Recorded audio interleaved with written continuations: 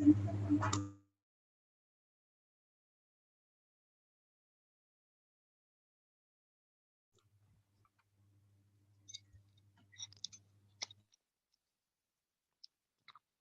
langsung ya. Iya deh. Ya, oke. Bismillahirrahmanirrahim. Assalamualaikum warahmatullahi wabarakatuh. Ya, alhamdulillahirabbil alamin wa bihi nasta'inu ala umuri dunya waddin. Wassalatu wassalamu ala asyrofil anbiya'i wal mursalin wa ala alihi washabbihi ajmain amma ba'du. Ya, marilah kita panjatkan puji dan syukur kita kehadirat Allah Subhanahu wa taala atas rahmat dan karunia-Nya kita masih bisa berkumpul di Zoom meeting ini dalam rangka kelas fikih kita. Fikih salat, dan tak lupa kita juga pula salat wassalam kepada Nabi besar kita Muhammad sallallahu alaihi wasallam. Ya, kita buka dengan ta'awuz basmalah dan salawat. A'udzubillahi minasyaitonirrajim. Bismillahirrahmanirrahim. Allahumma sholli ala Muhammad wa ala ali Muhammad. Ya, mungkin tanpa ya, dan kita buka juga dengan membaca Al-Fatihah. A'udzubillahi minasyaitonirrajim. Bismillahirrahmanirrahim. Alhamdulillahirabbil alamin arrahmanirrahim maliki yaumiddin. Iyyaka na'budu wa iyyaka nasta'in. Ihdinas siratal mustaqim. Shiratal ladzina an'amta 'alaihim ghairil maghdubi 'alaihim waladdallin. Amin. Ya, mungkin tanpa berlama-lama lagi saya serahkan kepada Ustadz Syafri. Pada Ustadz Syafri saya persilakan. Mohon maaf Ustadz, saya tidak bisa membuka kamera karena jaringannya di sini sepertinya kurang bagus. Ya, baik. Baik, terima kasih atas waktunya. Bismillahirrahmanirrahim. Assalamualaikum warahmatullahi wabarakatuh. Waalaikumsalam warahmatullahi wabarakatuh. Alhamdulillahi hamdan katsiran thayyiban mubarakan fih. Wassalatu wassalamu ala asyrafil anbiya'i wal mursalin sayyidina wa maulana Muhammadin wa ala alihi wa sahbihi ajma'in amma ba'du. Subhanaka la ilma lana illa ma 'allamtana innaka antal alimul hakim. Rabbi shrah li sadri wa yassir li amri wahlul 'uqdatam min lisani yafqahu qawli. Allahumma akhrijna min zulumatil jahli wal wahmi wa akrimna binuril fahmi waftah alaina bima'rifatil ilmi wa hasin akhlaqana bil hilmi wa sahil lana abwaaba fadlik wa anshur alaina min khazaini rahmatika ya arhamar rahimin. Allahumma anfa'na bima 'allamtana wa 'allimna ma yanfa'una wa zidna ilman nafi'a warzuqna fahman jahida amin ya rabbal alamin. Teman-teman sekalian yang dirahmati Allah Subhanahu wa taala, dimanapun teman-teman berada, mudah-mudahan kita semua senantiasa dalam perlindungan Allah Subhanahu wa taala, senantiasa diberikan kesehatan, senantiasa diridhai oleh Allah Subhanahu wa taala dan juga diberkahi oleh Allah dalam berbagai sisinya, entah berkah waktunya, berkah usianya, berkah hartanya, berkah lingkungannya, dan semoga semua lini itu diberkahi oleh Allah Subhanahu wa taala. Amin ya rabbal alamin. Barangkali mungkin ada yang teman-teman yang kurang sehat begitu ya. Jadi kita juga doakan bersama mudah-mudahan penyakitnya segera diangkat oleh Allah. Yang sedang mengalami kesusahan ya mudah-mudahan segera diberikan kemudahan oleh Allah Subhanahu wa taala. Baik teman-teman sekalian, kita lanjutkan langsung saja ya kajian kita. Terakhir kemarin kita sudah sampai sujud. Dan tadi saya sempat tersenyum ketika hostnya itu lupa menyebutkan 7 anggota badan mana yang harus nempel ke tanah gitu ya. Pokoknya 7 aja udah gitu. Ya, angkanya memang 7. Tapi kan yang kalau dirincikan harus tahu juga gitu. Yang pertama adalah dahi. Yang kedua telapak tangan, itu 2 dan 3. 4-5-nya kedua lutut. Kemudian 6-7-nya kedua kaki, kedua jari jemari kaki. Nah, itu juga yang nempel. Kalau tadi kan baru disebutkan 5 ya, kedua lutut, kedua tangan, kemudian dahi. jari-jemari Lupa kakinya Ustaz. tidak nempel. Nah, itu Iya, gimana Ustaz. itu? Nah, itu harus nempel. Sedangkan Ustaz, hidung, itu harus kita sudah jelaskan ya, hidung itu tidak rukun, tapi dia masuknya sunnah. Hidung oh, itu masuknya sunnah, maka orang kalau sholat menggunakan masker, sujud, kan hidungnya ketutupan masker, maka tidak mengapa, karena yang ditutupi adalah perkara yang sunnah, bukan perkara yang wajib. Apalagi kalau kondisinya karena darurat. Nah, berarti malah bisa saja itu, kesunahannya tidak hilang, begitu. Ya, baik. Itu kemarin kita sudah sampai pembahasan sujud, berarti kita sekarang masuk ke rukun yang selanjutnya.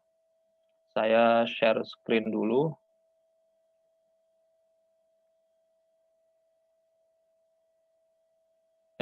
Belum share screen.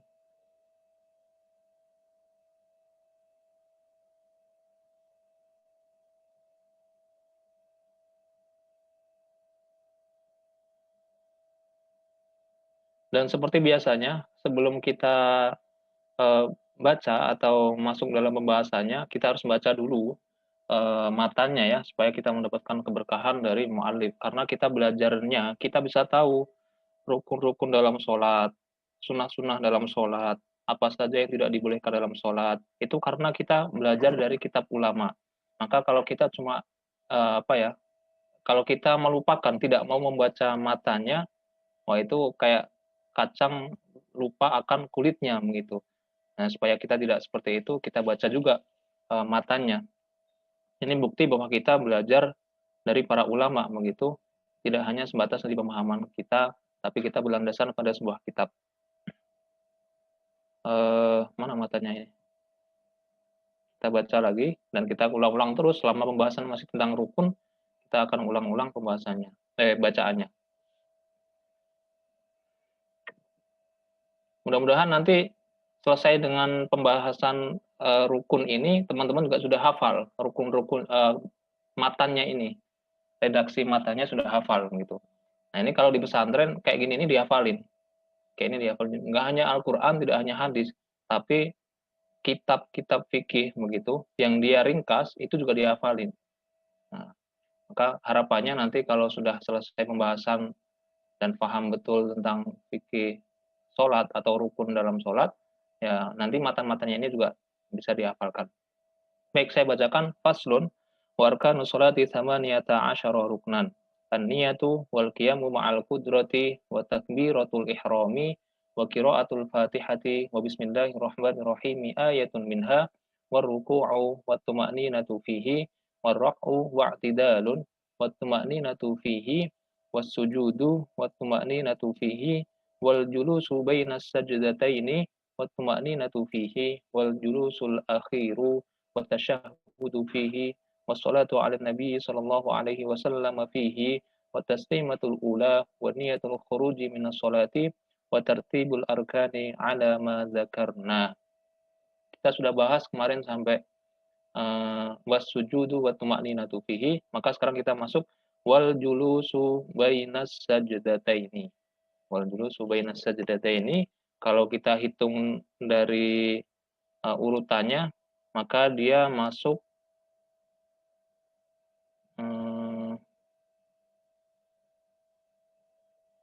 rukun yang ke-8.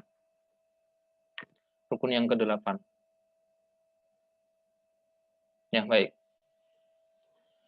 Kenapa kalau kita sholat harus ada duduk di antara dua sujudnya? Ya karena memang ada dalilnya begitu. Tumarfa' hatta tatma'inna jalisan. Ketika kalian berdiri atau mengangkat kepala dari keadaan sujud, maka harus dengan duduklah dalam keadaan bertumakninah.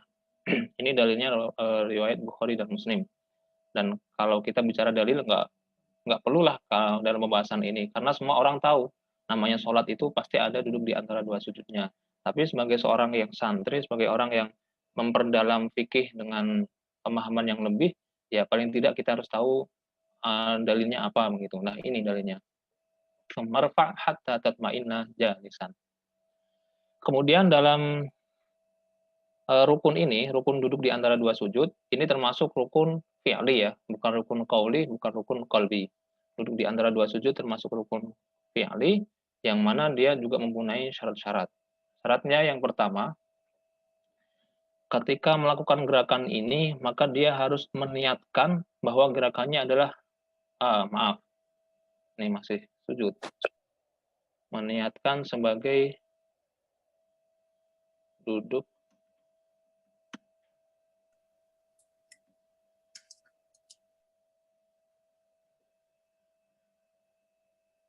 ya, harus meniatkan gerakannya sebagai gerakan duduk di antara dua sujud. Jadi kalau ketika sujud, kemudian dia kaget karena mendengar sesuatu, lalu dia mengangkat kepalanya, tapi tidak meniatkan untuk gerakan rukun fi'li ini, ya maka tidak dianggap sebagai duduk di antara dua sujud. Tidak, karena dia mengangkat kepalanya itu bukan dalam rangka masuk dalam rukun selanjutnya, tapi dalam rangka kaget. Nah, padahal semua gerakan dalam rukun fi'li itu harus membutuhkan niatnya juga. Harus diniatkan, dia harus paham, oh saya mengangkat ini karena saya mau duduk di antara dua sujud, sebagaimana kemarin dalam pembahasan ruku, sebagaimana dalam pembahasan i'tidal, sujud. Nah, ini sama. Duduk di antara dua sujud juga seperti itu. Harus diniatkan gerakannya sebagai gerakan duduk di antara dua sujud. Kemudian yang kedua, harus tumak ninah, sama dengan ruku, sama dengan i'tidal, sama dengan sujud. Tumak ninah dan batasannya juga sama, membaca tasbih 1 kali. Itu minimal orang dikatakan sudah tumak ninah. Kemudian yang ketiga, ketika duduk di antara dua sujud, maka duduknya tidak lama-lama. Kenapa? Karena rukun ke-8 ini, rukun duduk di antara dua sujud, dia termasuk rukun yang pendek, bukan rukun yang panjang. Nah, berarti ini duduk di antara dua sujud ini satu kaum dengan i'tidal gitu ya. I'tidal kan tadi nggak boleh lama-lama, sebagaimana yang disebutkan dalam pertanyaannya. Sama, duduk di antara dua sujud ini juga tidak bisa lama-lama, karena dia rukun yang pendek. Berbeda dengan ruku, berbeda dengan sujud. Nah, ini harus pendek. Kalau dalam kitabnya itu ya, kalau kita masuk dalam pembahasan kitabnya, tulisannya malah wajib dan harus, hukumnya itu harus melakukan gerakan duduk di antara dua sujud ini tidak lama-lama.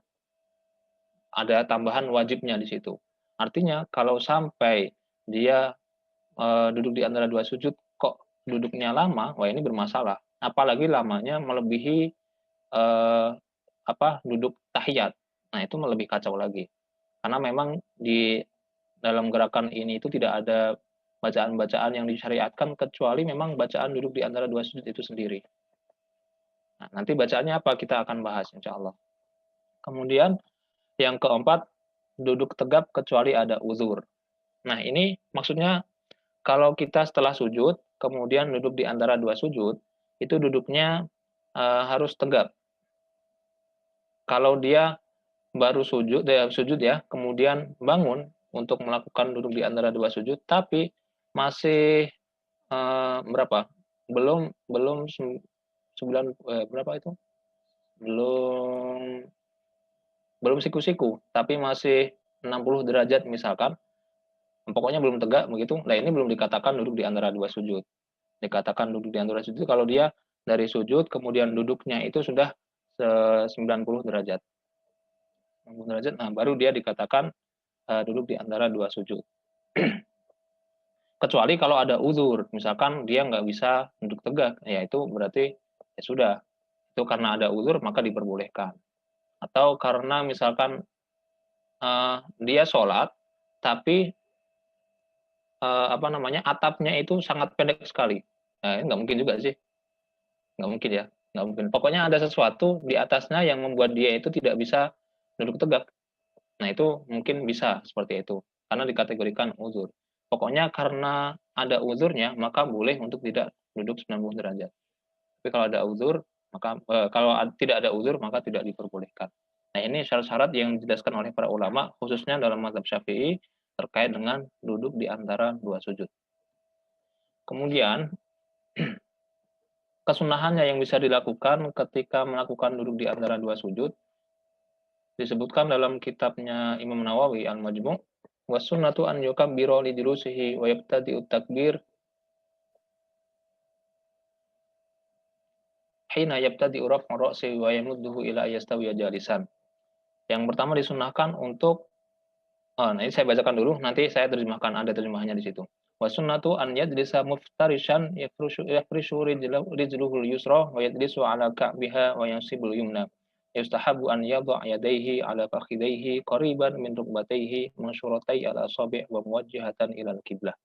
Nah, ini kesunahan-kesunahannya kalau diterjemahkan dalam bahasa Indonesia, yang pertama, eee, bertakbir, mengucapkan takbir intikal, ya, mengucapkan takbir intikal tapi tidak mengangkat kedua tangannya.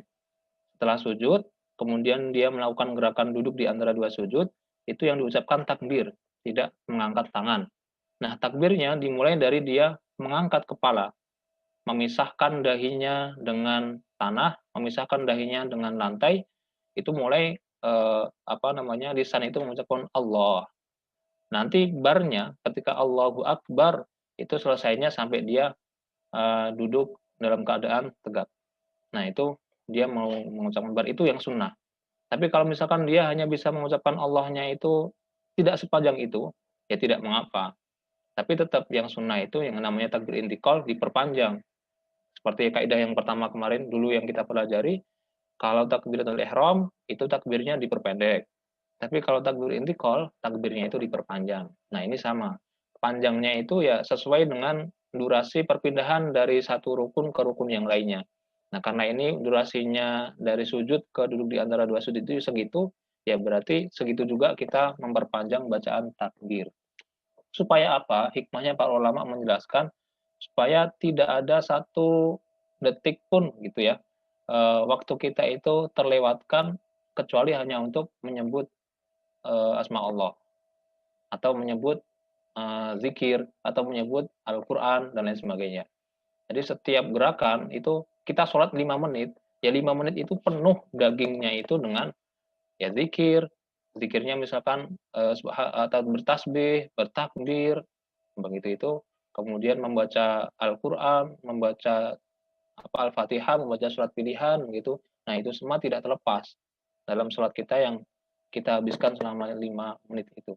Termasuk ketika berpindah dari gerakan sujud ke gerakan duduk di antara dua sujud, itu kan ada durasi sedikit begitu. Nah, itu jangan sampai kelewatan juga. Maka disunnahkan untuk memperpanjang mengucapkan takbir begitu, supaya tidak ada yang terlepas, waktu kita itu dari zikir kepada Allah ketika dalam sholat. Itu hikmah yang disampaikan oleh para ulama. Yang pertama adalah bertakbir tanpa mengangkat tangan. Kemudian yang kedua, ketika duduk di antara dua sujud itu dalam keadaan iftirash.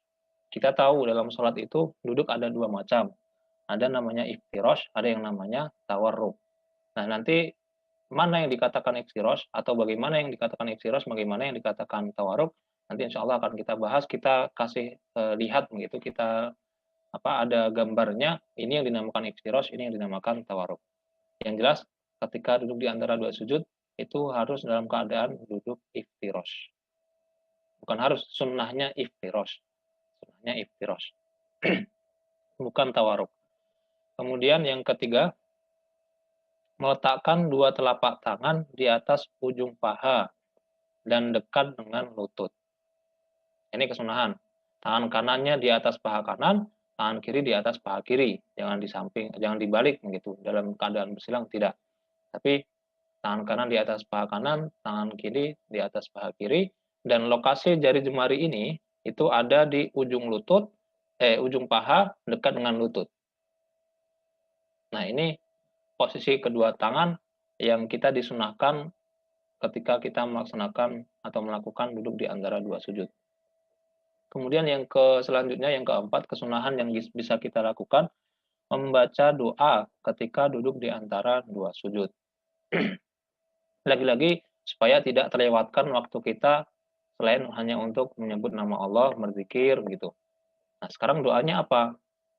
Ada beberapa macam redaksi doa yang bisa kita baca ketika duduk di antara dua sujud. Disebutkan dalam kitabnya Imam Nawawi, beliau mengatakan wa yustahabbu, dan disunnahkan an yaqula fi julusihi, untuk mengucapkan ketika duduk di antara dua sujud, Allahumma gfirli wa ajirni wa afini warzuqni wahdini. Dan redaksi doa ini berdasarkan hadis Nabi Shallallahu Alaihi Wasallam yang diriwayatkan dari Ibnu Abbas. Jadi Ibnu Abbas itu meriwayatkan bahwa Nabi itu kalau sedang sholat dan keadaannya sedang duduk di antara dua sujud, maka doa yang diucapkan ini, kata Ibnu Abbas. Kemudian diriwayatkan oleh beliau dan kemudian ini kemudian oleh Imam Nawawi dijadikan sebagai landasan juga. Karena hadisnya itu sanadnya tidak ada yang bermasalah dan kualitas matanya juga tidak bermasalah. Maka di sini bisa dijadikan salah satu ragam bacaan ketika sedang duduk di antara dua sujud. Allahumma gfirli wa ajirni wa afini warzuqni wahdini. Ada 5 kata ya. Allahumma gfirli wa ajirni wa afini warzuqni wahdini. Ini satu model. Kemudian model yang kedua disebutkan dalam kitab Sunan At-Tirmidzi, riwayat dari Ibnu Abbas juga, bahwa Nabi ketika duduk di antara dua sujud, yang dibaca adalah Allahumma gfirli warhamni wajburni wahdini warzuqni. Ini ada tambahan lagi. Allahumma gfirli warhamni wajburni wahdini warzuqni. Itu yang kedua. Kemudian riwayat yang ketiga, dalam kitab Musnad Ahmad juga kita temukan ketika Nabi sedang duduk di antara dua sujud, maka Nabi itu mengucapkan Rabbighfirli warhamni wajburni warfa'ni warzuqni wahdini. Nah, ini lebih panjang lagi sedikit. Ada 6 permintaan, ada 6 doa. Rabbighfirli, ya Allah ampunilah aku. Warhamni, dan rahmatilah aku. Wajburni, dan paksalah aku dalam ketaatan gitu. Warfa'ni, dan tingkatkanlah derajatku. Warzuqni, dan berilah aku rizki. Wahdini, dan berikan aku hidayah. Duduk di antara dua sujud, ini yang dibaca.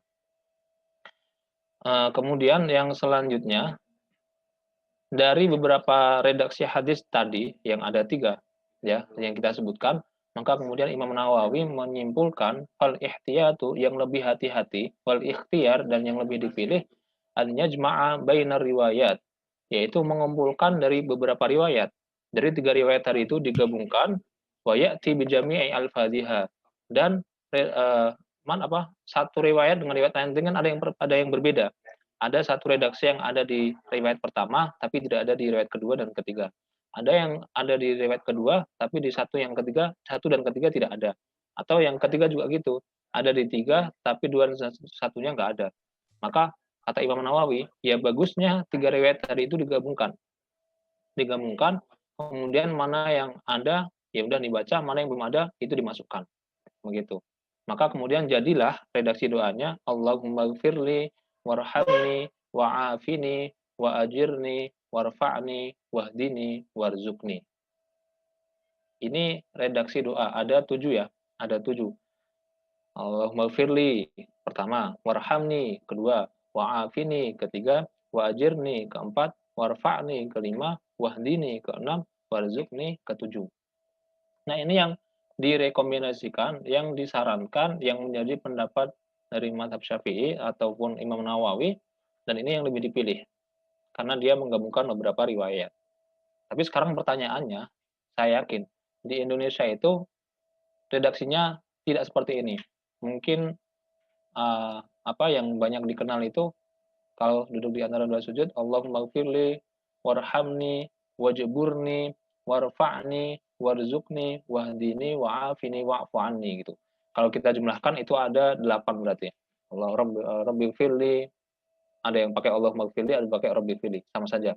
Allahumma gfirli, Rabbighfirli, warhamni, wajburni, warfa'ni, warzuqni, wahdini, wa'afini wa'fu anni. Itu ada 8.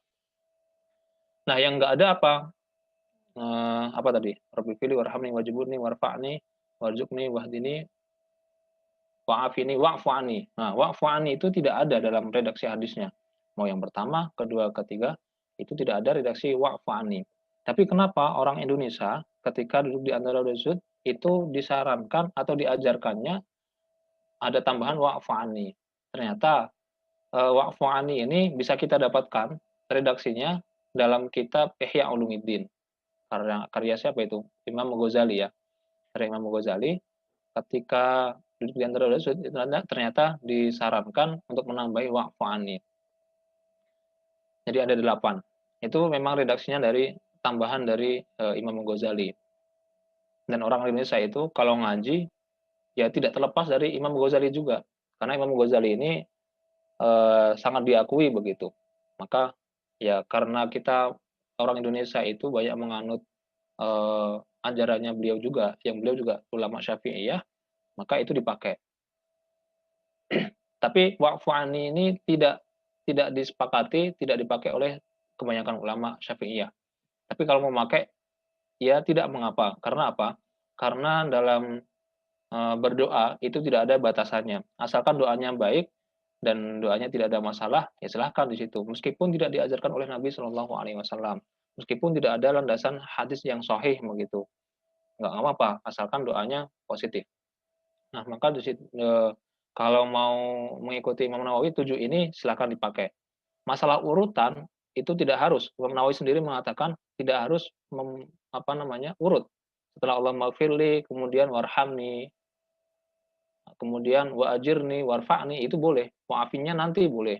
Atau pertamanya bukan Allah maghfirli tapi Allah marhamni waghfirli itu juga diperbolehkan. Karena hakikat doa itu bukan apa namanya? eee, ya doa itu dipanjatkan apa ya? Tidak saklek banget begitu. Tidak saklek banget. Berbeda dengan ayat Al-Qur'an. Kalau pembahasannya terkait dengan ayat Al-Qur'an, nggak boleh kita baca ayat kedua dulu baru satu, nggak bisa. Tapi kalau ini adalah redaksi doa, maka boleh kita ingatnya Rabbi warhamni dulu baru Allah maghfirli silahkan. Atau Allah maghfirli ini sesuai dengan apa yang kita tulis di sini itu juga silahkan. Nambahi sendiri silahkan begitu. Atau nambahin jangan sendiri deh, kalau sendiri itu nanti kacau kadang. Nambah-nambah sendiri itu niatnya baik sih, tapi ternyata maknanya kacau begitu. Nah, mendingan nambah yang ditambahi oleh para ulama, kemudian kita hanya mengikuti apa yang ditambahi oleh ulama, itu diperbolehkan. Baik, ini adalah bacaan duduk di antara dua sujud. Kemudian masuk ke rukun yang selanjutnya. Rukun yang selanjutnya adalah duduk tahiyat akhir, rukun yang ke-9.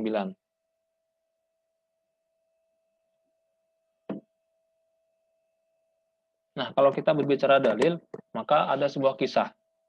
Dulu itu sholat sudah disyariatkan, tapi untuk rinciannya, semisal bacaan dalam duduk tahiyat akhir itu apa, begitu. Nah, itu belum disyariatkan, belum ada redaksi yang apa paten begitu, belum ada yang paten. Masih ya silahkan pokoknya kalau sholat itu ada duduk tahiyat akhirnya. Masalah urusan bacaannya apa, itu kalian baca sendiri begitu. Kasarnya seperti itu. Nah, dulu ketika duduk tahiyat akhir, para sahabat itu yang diucapkan kalau kita ya, tahiyat akhir itu at-tahiyyatul mubarakatus shalawatut thayyibatu lillah. Assalamu alayka ayyuhan nabi wa rahmatullahi wa barakatuh. Assalamu alayna wa ala ibadillahi shalihin. Asyhadu an la ilaha illallah sampai seterusnya. Itu redaksi kita yang kita kenal begitu. Tapi dulu sahabat ternyata tidak seperti itu bacaannya.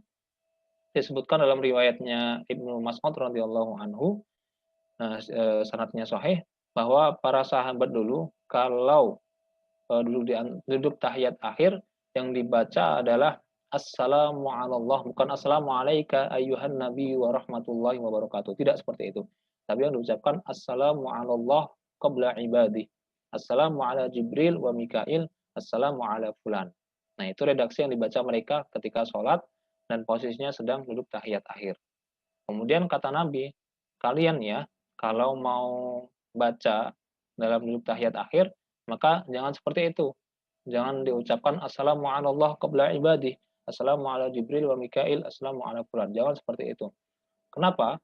Karena Allah itu sudah namanya atau di antara asmaul husna itu adalah assalam.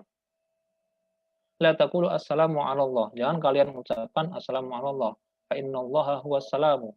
Karena Allah itu sudah assalam. Tapi kalau sedang tahiyat akhir, maka yang kalian baca salamnya adalah at-tahiyyatu lillah sampai seterusnya. Nanti kita masuk dalam redaksi bacaannya. Diawali dengan at-tahiyyat. Nah, kalau mereka langsung assalamu ala Allah qabla ibadi, assalamu ala Jibril wa Mikail, assalamu ala fulan. Nah, itu. Nah, ini di sini kemudian dijelaskan oleh para ulama, te ternyata dulu bacaannya masih boleh tidak seperti itu. Para sahabat itu tidak mengucapkan at-tahiyat tapi assalamu ala Allah. Tapi kemudian ketika Nabi menegur, maka ini tegurannya ini menjadi sebuah perintah. Dan ketika perintah, maka hukumnya wajib dilaksanakan, yang pertama. Yang kedua, karena ini adalah sebuah perintah, maka redaksi bacaannya ya tidak bisa kita ubah-ubah dan hukumnya menjadi wajib. Hukumnya menjadi wajib untuk mengucapkan redaksi yang sudah diajarkan oleh Nabi sendiri itu at-tahiyatu lillah. Nah, nanti masuk dalam redaksinya. Sebelum itu kita masuk dalam hukumnya dulu. Karena tadi itu sebuah perintah ya. Ketika duduk tahiyat akhir, maka hukumnya adalah wajib. Ketika wajib ya karena apa? Ya, karena dia rukun begitu. Oleh ulama dijelaskan, idza balagha akhiru salatihi jalasa li tasyahhud wa tasyahhada. Ketika sampai di akhir salat, di penghujung salat, maka dia duduk untuk melakukan tasyahud dan bacaan tasyahudnya untuk melakukan duduk tasyahud dan membaca doa tasyahud. Dan keduanya ini hukumnya fardhon, yaitu wa hadzal julus wa tasyahudu fihi fardhoni indana. Duduk tahiyat akhir dan bacaan tasyahud itu hukumnya fardhon atau rukun ya. Rukun wajib dilaksanakan, kalau tidak dilaksanakan fala tasihhu sholatu illa bihima. Maka tidak sah sholatnya. Kemudian posisi duduknya. Ketika duduk tahiyat akhir, maka dijelaskan oleh Imam Nawawi, madhabuna dalam madhab Syafi'i, annahu istahabbu an yajlisa fi tasyahudil awal muftarishan. Ketika duduk tasyahud awal, maka dia duduknya dalam keadaan iftirash. Wa fi tsani mutawarrikan. Tapi kalau sudah tahiyat yang kedua, maka duduknya tawarruk. Nah, ini dalam madhab Syafi'i.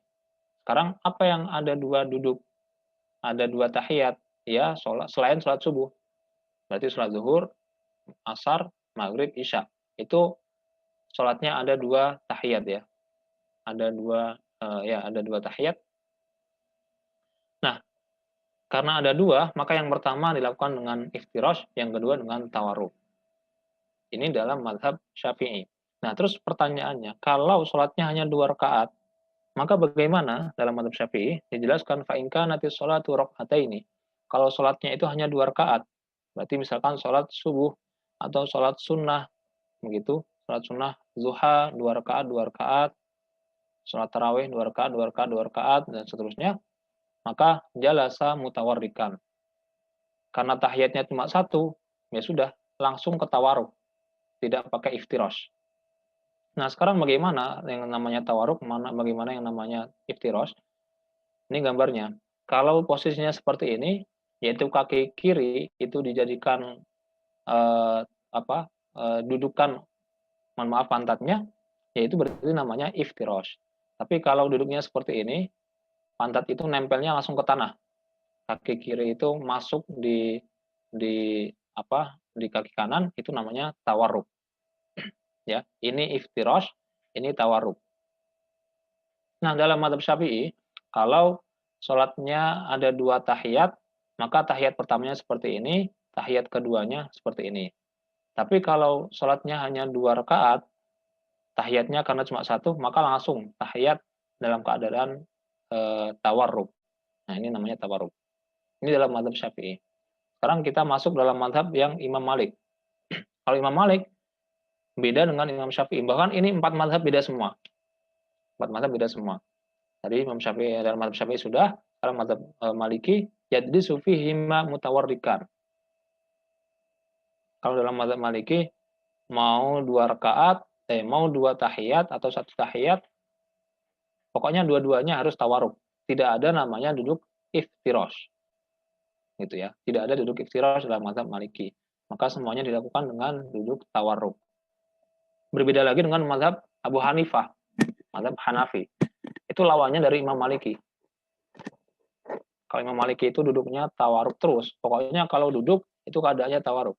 Tapi kalau dalam mazhab Hanafi, kalau duduk iftirash, tidak ada tawarruk.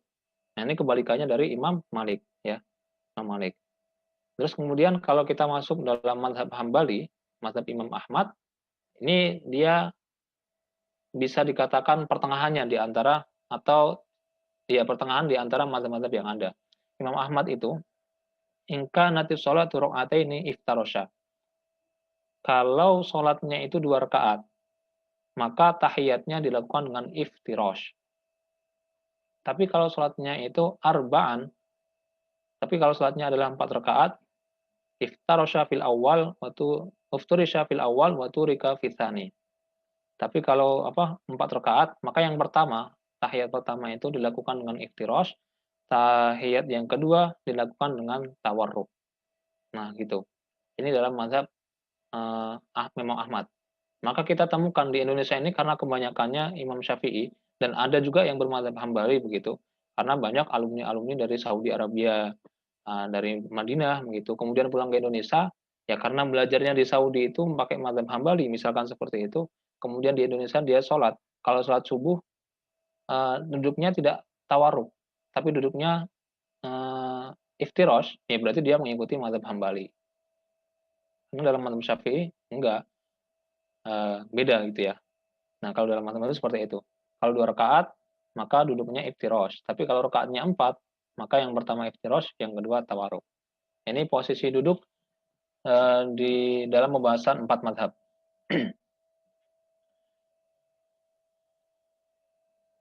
Dan semuanya tentunya ada dalilnya ya. Dari 4 mazhab itu masing-masing punya dalilnya. Tapi dalam mazhab Syafi'i sendiri menggunakan hadis riwayat Bukhari. Dalilnya menggunakan hadis riwayat Bukhari, ketika duduk fa idza jalasa fi rak'ataini jalasa ala rijlihil yusra wa yansibul yumna. Ketika duduk di rakaat yang kedua, maka dia duduk di atas kaki kirinya. Di atas kaki kirinya, kemudian fa idza jalasa fi rak'atil akhirah, ketika duduk di rakaat yang terakhir, maksudnya di tahiyat yang kedua, maka dia pantatnya itu langsung nempel wa qa'ada ala maq'adihi, dan pantatnya itu langsung nempel ke tanah, sedangkan kaki kiri itu masuk di sela-sela kaki kanannya. Atau yang dinamakan dengan tawarruk. Nah, begitu.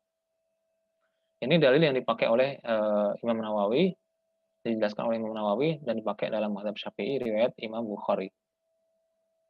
Pertanyaan selanjutnya, kalau ada makmum masbuk, bagaimana dong? Makmum masbuk kan berarti berbeda dengan imamnya. Kasusnya seperti ini misalkan. Ketika sholat maghrib, imam dan jamaah yang ada itu sudah rakaat kedua. Sudah mau masuk ke rakaat ketiga, rakaat ketiga. Rakaat terakhir. Nah, dia bangun. Kemudian datang satu orang, maka orang yang baru datang ini namanya makmum masbuk, kan begitu. Datang, si jamaahnya sudah rakaat ketiga, sedangkan si makmum masbuk, ya dia nanti ketika imamnya ini salam, jamaahnya salam, maka makmum masbuk harus melengkapi 2 rakaat lagi karena kasusnya sholat maghrib gitu. Nah, tapi dia baru rakaat pertama, ya karena imamnya ini sudah selesai di rakaat ketiga, maka dia langsung tahiyat dan posisinya tawarruk, kan begitu posisinya imam karena kita dalam mazhab Syafi'i. Kemudian makmum ini bagaimana?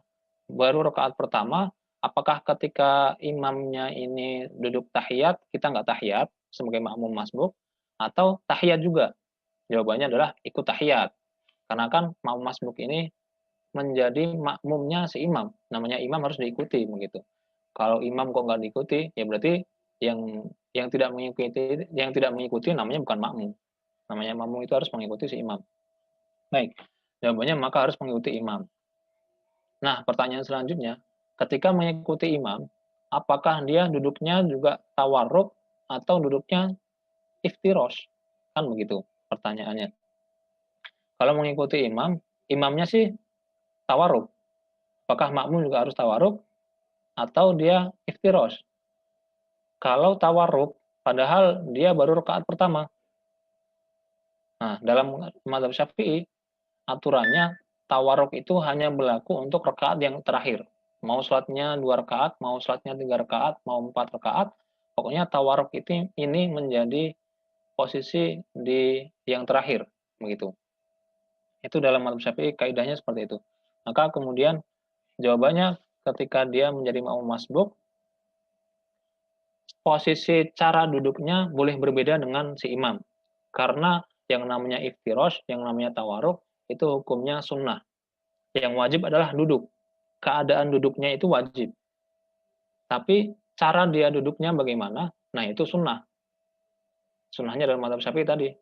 Kalau di awal iftirash, di akhir tawarruk. Itu sunnah. Nah, karena ini hanya sifatnya sunnah, maka yang diutamakan ya kepentingan si makmum itu sendiri. Si makmum ini karena belum rakaat terakhir, maka menggunakan metodenya si makmum. Gunakanlah keadaannya si makmum. Ketika imam tawarruk, maka makmum iftirash. Kenapa? Karena si makmum belum selesai sholatnya. Dia harus nanti mengulangi lagi, bukan mengulangi, harus menambahi kekurangannya gitu.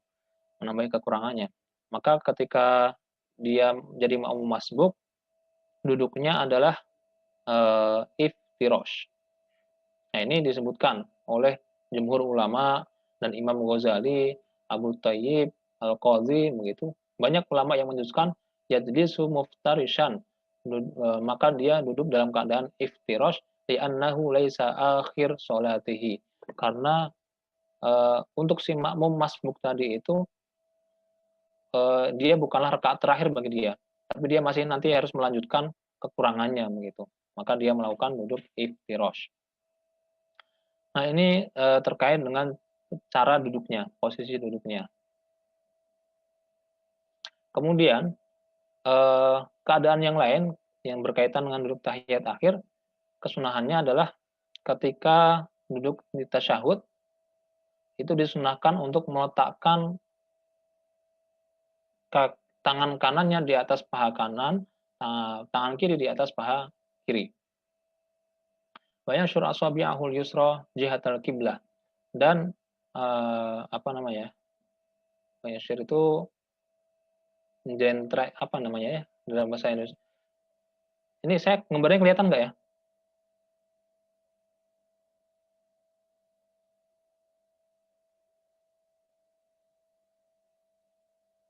Nah, gini posisinya. Posisinya itu harus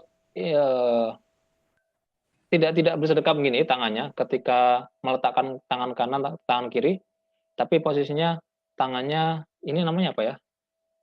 Selonjor. Kalau bahasa Jawanya itu selonjor, tangannya selonjor gitu. Bisa dipahami nggak? Atau bahasa lainnya apa nih? Saya agak lupa. Apa? Terbentang, ya. Ya gitulah, selonjor, terbentang gitu. Tidak mengepal, tapi tangannya selonjor. Selonjor itu sebenarnya untuk kaki, bukan tangan. Kalau dalam bahasa Jawa.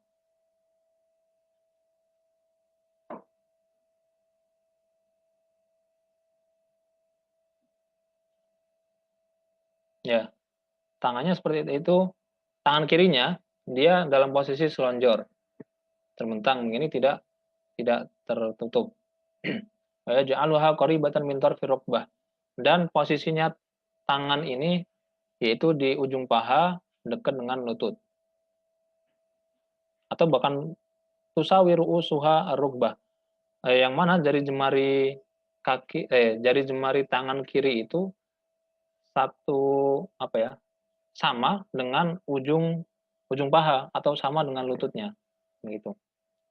Nah, ini posisi tangan kiri. Wal asahu annahu yufrijuha tafrijan muqtasidan. Dan posisinya jari jemari itu tidak terlalu rapat banget, tapi agak dilonggarkan dikit, agak dilonggarkan dikit, tafrijan muqtasidan gitu ya. Tidak terlalu lebar banget, tidak terlalu rapat banget, tapi agak dilebarkan sedikit. Dan jangan sampai tangannya ini, jari jemarinya ini beralih dari posisi kiblat. Maksudnya ya pokoknya semuanya ini diarahkan ke kiblat begitu. Diarahkan ke kiblat. Ini posisi tangan kiri di atas paha kiri, tangan kanan di atas paha kanan. Nah, Tadi posisi tangan kiri seperti itu. Sekarang kalau posisi tangan kanan, itu bagaimana? Di sini Imam Nawawi menjelaskan wa ammal yumna fa yadha'uha 'ala tarfi rukbah al-yumna. Maka tangan kanan itu diletakkan di atas ujung paha lutut begitu di lutut kanan wa yakbid hinsuraha wa binsuraha wa yursilul musabbiha wa fi ma yaf'alu bil ibham wal wusta wal salasa.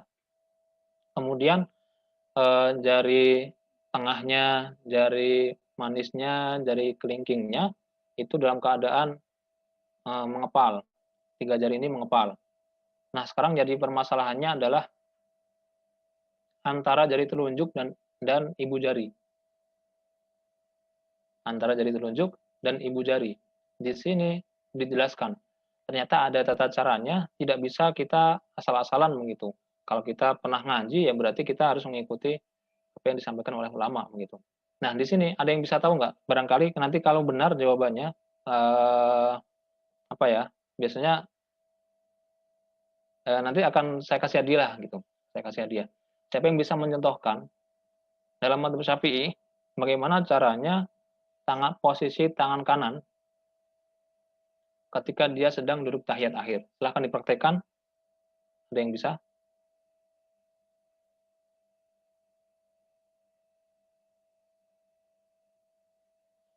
Ya, kalau nggak bisa, saya tanya bagaimana biasanya, begitu aja. biasanya, misalkan siapa nih? Syauki dulu. Biasanya gimana? Kalau tahiyat akhir, tangan kanan posisinya gimana? Posisi jari jemari. Tadi saya kasih kuncinya, 3 jari ini, dari tengah, kemudian manis, kelingking, itu dalam keadaan mengepal gini. Nah, sekarang jari tengah dan ibu jari itu bagaimana posisinya ketika tahiyat?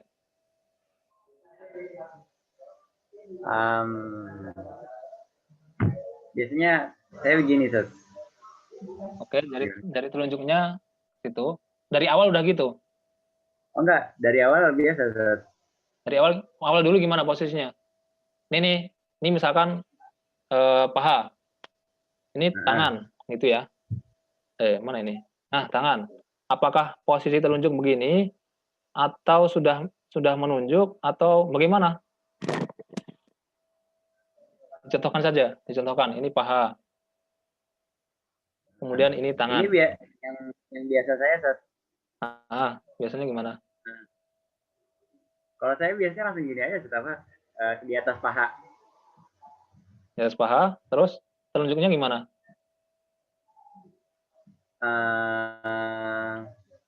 Lupa. Gimana sih? Ya biasanya kalau saya biasanya ini kan saya belum belajar ya. Ya biasanya langsung aja taruh tangannya aja, Ustaz. Oh, tangannya gini. Posisi tangan kanan itu gini, bukan mengepal. Iya. Gini. Belum, enggak dikepal. Iya, biasa. Terus nanti mulai mengepal kapan? Ketika ini kayak apa aja ya? Apa namanya? Illallah apa? Illallah baru mengepal. Baru mengepal. Yang ketiga mengepal. Terus telunjuknya naik. Terus ibu jari kemana? Ibu jari kayak gini, Ustaz. Gimana sih? Ibu jarinya kemana? Masa ada ibu jari nih? Ibu jari sama tengah. Begini, Ustaz. Sama tengah gini? Iya, Ustaz. Gini ya? Nggak tahu, Ustaz. Ya, ini yang saya biasanya saya aja, Ustaz. Oke. Ya, kita survei nih, teman-teman. Kan pasti beda-beda ya. Beda-beda.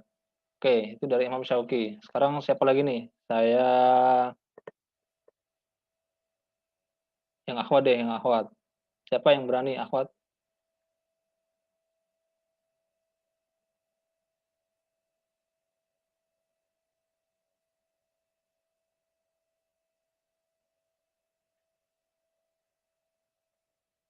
Ayo, siapa?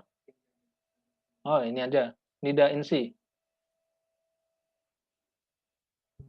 Ya, atau Ustadz. yang bisa gambar deh.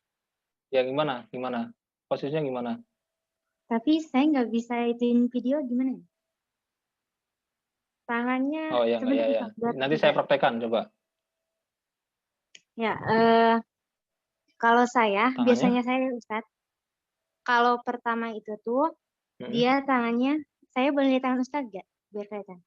Tangannya biasa belum Oke. mengepal.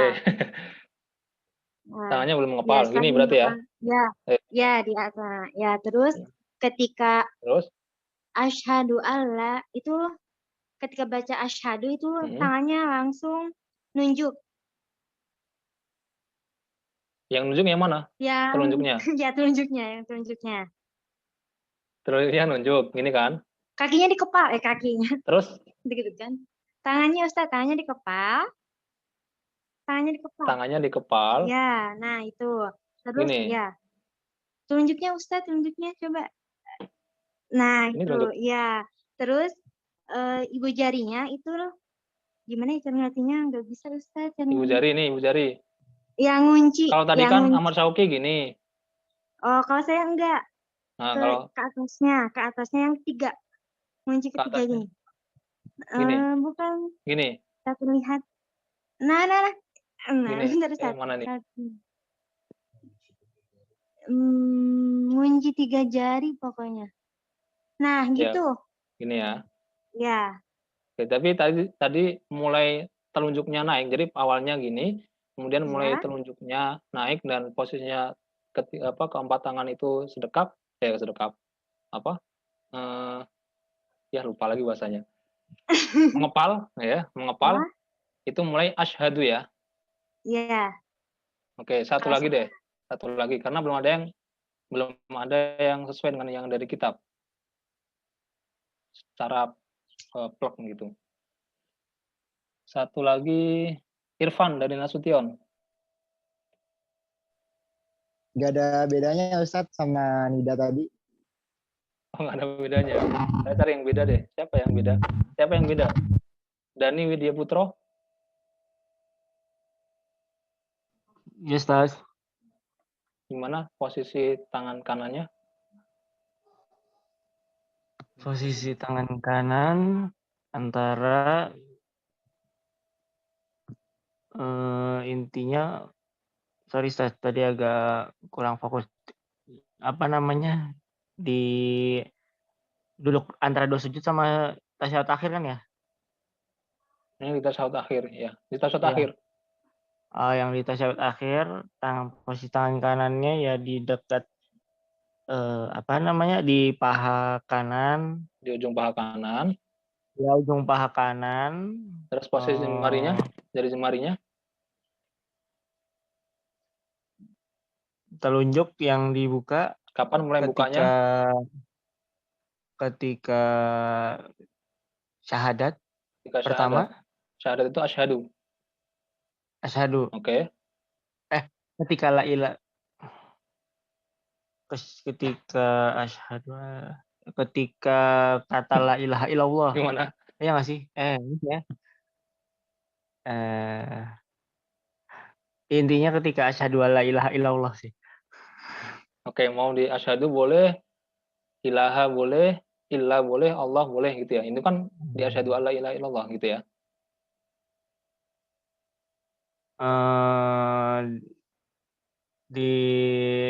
Ini yang saya pernah tahu ya, la ilaha illallah sih. Sorry La tadi ilaha kurang. illallah. La ilaha illallah. La ilaha illallah. Nah, itu kan panjang. La ilaha illallah. Sedangkan posisi ngangkat itu hanya sebentar banget. Asyhadu. Oke, itu dulu. Terus posisi jari yang lainnya. La ilaha illallah. Nah, kalau tadi saya lihatnya la. Di kata la baru naik. Iya. La. Asyhadu alla ilaha illallah. Iya nggak sih? Oke, di la ya. Oke, la. Terus posisi jempol dan tiga jari yang lainnya. Jempol dan 3 jari. Ya menggenggam. Menggenggamnya gimana tuh? Karena menggenggamnya ada tata caranya ya dalam sholat. Nanti kita jelaskan. Nah, gitu ya. Oke, gini ya tadi ya. Oke, gini ya tata cara. Karena enak kayak gini nih, enak cara genggamnya. Padahal, nah kita bahas nanti. Kita masuk dalam pembahasannya lagi. Ustadz. Ya. Nggak tahu sih. Gitu ya. Ya. Siapa tadi Nida? Oh, Nida. Nida, Gimana? Ustaz, saya kan selalu lihat suami saya ya. Kalau dia telunjuknya tuh dari awal. Dari awal. Ya. Oke. Itu nanti pembahasan selanjutnya. Kita masuk dalam pembahasan ini dulu. Tata cara yang diajarkan oleh ulama mazhab Syafi'i.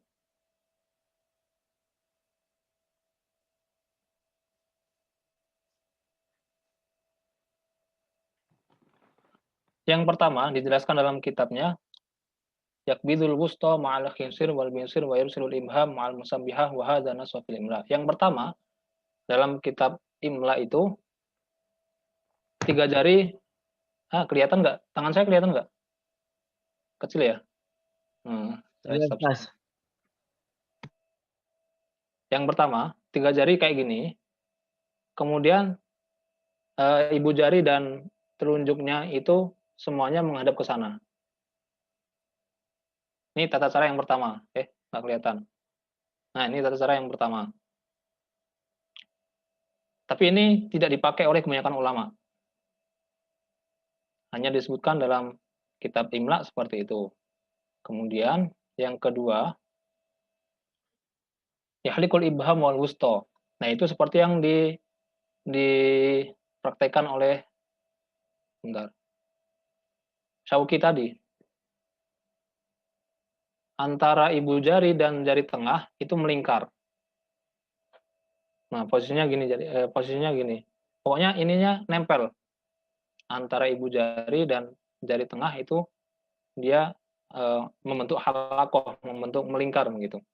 Sedangkan jari tengahnya dia ya telunjuk. Jari tengah, jari telunjuknya menunjuk. Kemudian yang ketiga, dan ini yang dipakai, yang menjadi pendapat resminya mazhab Syafi'i, wahwal asoh, yaitu yang paling sahih, annahu yakbidul wusta wal ibham aidzon. Wa fi kaifiyati qabdil ibham ala hadza wajhan. Yaitu jari tengah dan ibu jari dia menutup, mengepal.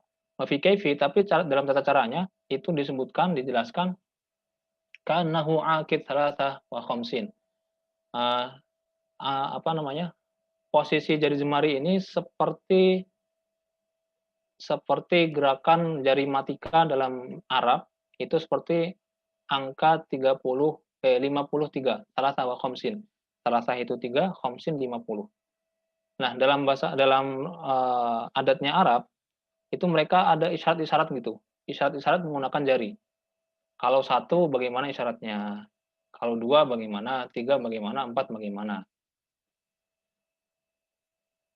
Nah, sekarang ini, kalau dalam sholat, dalam duduk tahiyat akhir, maka posisi jari jemari kanan itu seperti melangsungkan kode 53. Gitu kira-kira, 53. Nah, 53 itu bagaimana? Ini. Kita harus tahu dulu jari matika Arab, kalau 10 posisinya gitu. 20 seperti itu, 30, 40, 50. Nah, tadi kan 53. Maka 50-nya sudah kita dapatkan dulu, yaitu posisi jempolnya, nekuknya segitu. Nekuknya itu di bawah, dia tidak nempel dengan tiga jari tengah, jari manis, jari kelingking, enggak. Tapi dia posisinya di bawah jari telunjuk, itu ya, 50. Kemudian angka 3-nya bagaimana? Angka 3-nya seperti ini. Jari tengah, jari kelingking, jari manis, itu nekuk. Nah, kalau digabungkan 53, ya berarti tinggal jari telunjuknya tetap, nggak usah ditekuk, dari awal nggak usah ditekuk, kemudian yang dari awal itu yang ditekuk hanya 3 jari dan ibhamnya, dan ibu jari. Maka posisinya, kalau kita praktekkan, posisi tahiyat dari awal, itu memang jarinya ini sudah jari telunjuknya itu sudah menunjuk. Cuma dia belum diangkat. Jari telunjuk belum diangkat.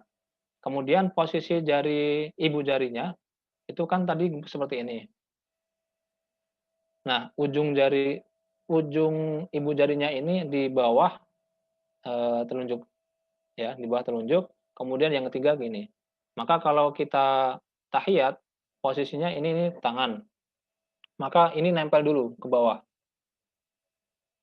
Mulai naiknya kapan? Ketika mengucapkan illa dalam tasyahud. Asyhadu alla ilaha illa. Bukan dilanya, tapi illa. Asyhadu alla ilaha illallah. Illallah gitu ya, dalam illa. Kenapa di illa? Karena kalau kita pelajari makna dari tasyahudnya itu asyhadu alla ilaha, saya bersaksi tidak ada Tuhan illa kecuali Allah. Ilah itu kan Tuhan, sembahan. Illa kecuali Allah, ya Allah. Nah, ketika kita illa itu hikmahnya adalah apa namanya? Kita juga selain bersaksi dengan lisannya, gerakannya pun juga illa kecuali begitu, ditegaskan dengan ini, illa. Nah, maka bukan dari asyhadu, bukan dari ilaha, tapi dari illa Allah, illa, illallah.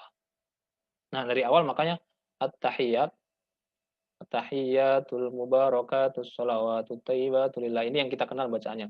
Asyhadu an la ilaha illallah wa asyhadu anna Muhammad asyhadu an la asyhadu an la ilaha illallah wa asyhadu anna Muhammadar Rasulullah gitu. Ini dalam prakteknya kita. Nah, sekarang itu tapi ini kalau kita mempelajari dalam mazhab Syafi'i. Kalau nanti dalam mazhab yang lainnya tidak, beda lagi. Ada yang dari awal dia sudah tasyahud, sudah mengangkat tangan. Ada yang mengangkat tangannya itu ketika menyebutkan nama Allah. Kita baca tahiyat nih. Kemudian di mana ada kata-kata Allah, maka diangkat. Misalkan at-tahiyat at-tahiyatul mubarakatus shalawatut thayyibatu lillah.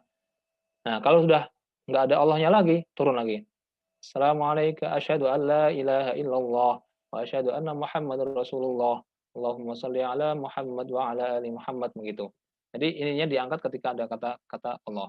Tapi ada yang dalam madzhab salafi itu ya pokoknya diangkat-angkat. Diangkat-angkat begini. Nah, kita tidak terlalu membahas ke sananya, tapi yang jelas dalam madzhab Syafi'i seperti itu tata caranya menyebutkan mengangkat jari telunjuknya ketika mengucapkan illa kemudian Allah.